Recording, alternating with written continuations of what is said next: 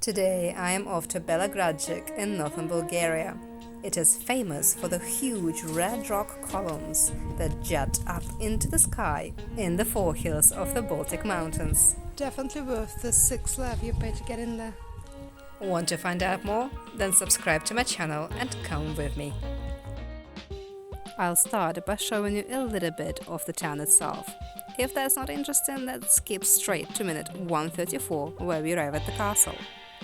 The rest of the video will show you the inside of the fortress and the way to the highest point, the view from the top, and hiking in the forests below among the huge rock columns.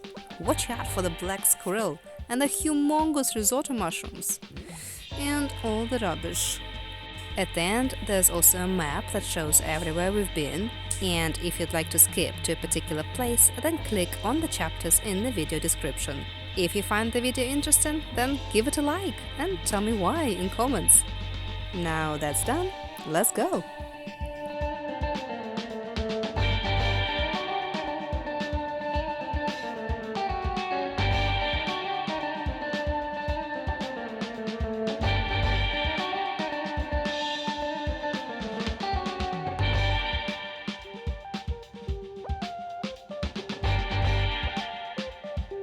We are finally approaching the Belogradchik Fortress, which is the same as the Belogradchik Rocks.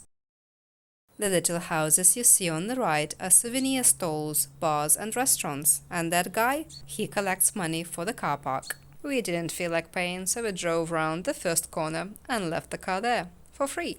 That's the entrance into the fortress, and just before you will find another little house. That is where you buy the tickets. We paid 12 lei, that's 3 euros per person. This is the information board just inside the gate, and this is what the fortress should look like. But we arrived off-season, and it looked like this inside. I'm not sure if they're building the stage or taking it apart, but you can definitely tell it's the end of season.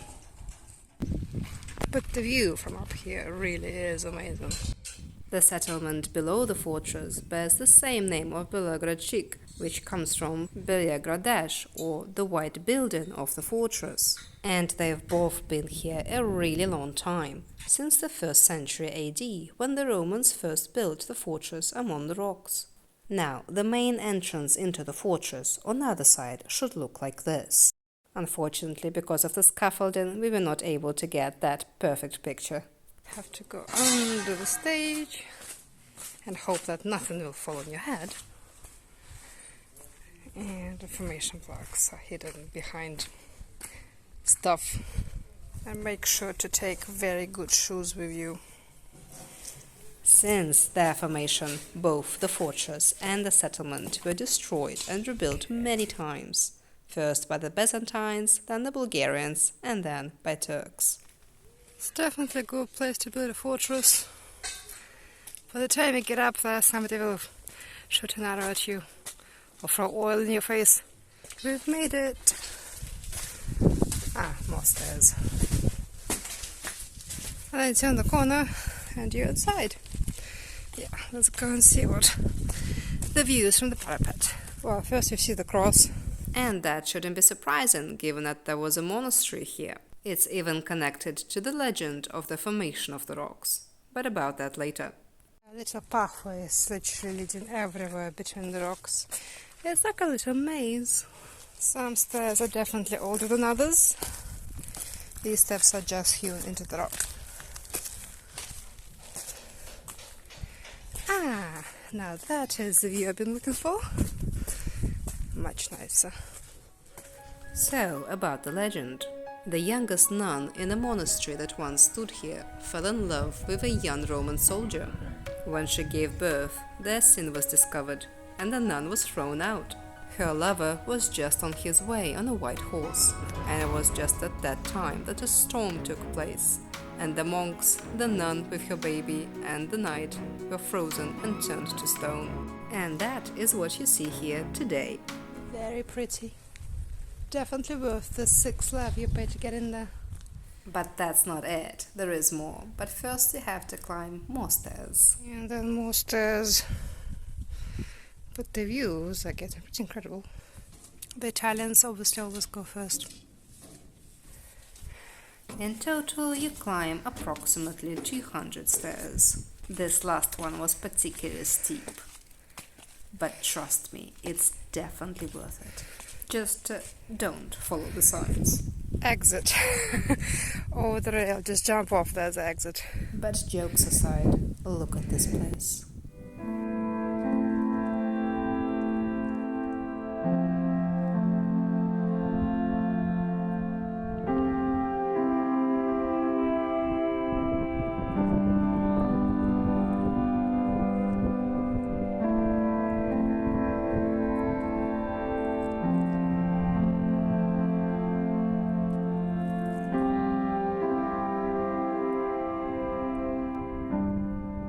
There is just one thing. Honestly, I expected this place to be a lot more civilized. Yeah, if you want to walk around here and really make use and take advantage of everything the place has to offer, climb the rocks, etc., you really need good footwear. Can't come here in sandals. It's a terrible choice. Because I'm slipping and sliding on these surfaces, despite the sandals being the hiking sandals. But while I watch my step, Fabio doesn't. If you're brave enough, you can climb across the rocks and go on the forefront one. Look down the city. By the way, that looks like an observatory, doesn't it? Looking at the stars. It's a good place to look at the stars. You're still thinking about it. Oh, he's just going to hop across. And there he goes. And that is what he jumped over. It's a long way down. I hope the view is worth it. And then it's time to head back. And those stairs are terrifying from the top. It's super steep.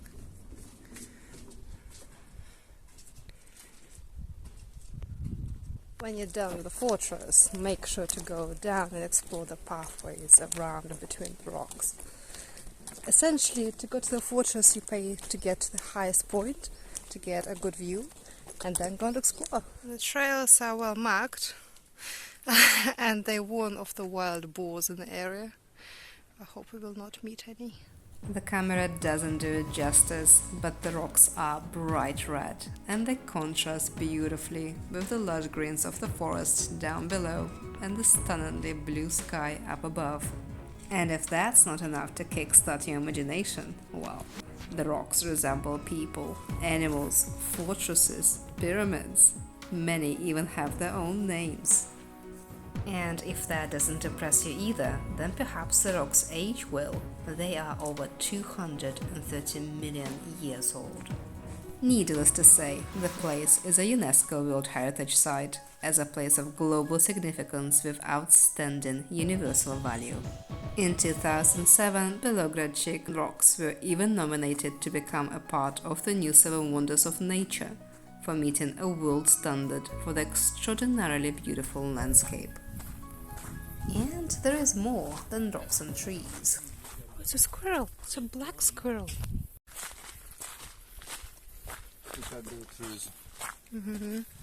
Guess what? I changed my shoes. So along the way we found another little fortress. This one is even less safe than the previous one.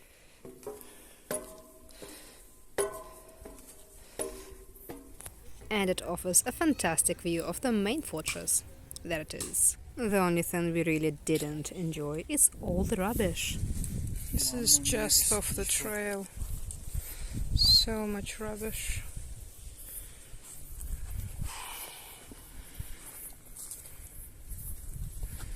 Apart from that, it's a wonderful place. Very good for philosophizing about trees. We are not like them. We are not like trees. There. Yeah. Because they don't ask why they are there. True. They just grow. Yeah.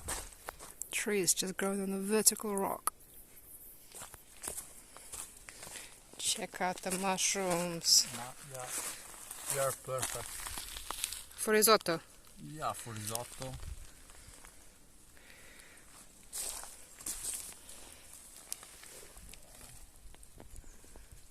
Shall we pick them? No. there. We actually came to look at the cave, but this is pretty much it. This path takes you all the way around the fortress and out through the old amphitheater. Unfortunately, we found rubbish here too. Here's the theater sign, and here's the map of how we walked. This is the main fortress, that's the little fortress, that's the path we walked, and this is where it ends, past the amphitheater and right under a big Bulgarian flag. And across from there, there's a great view of the fortress and the name of the town for taking pictures. Travel more is good for the soul.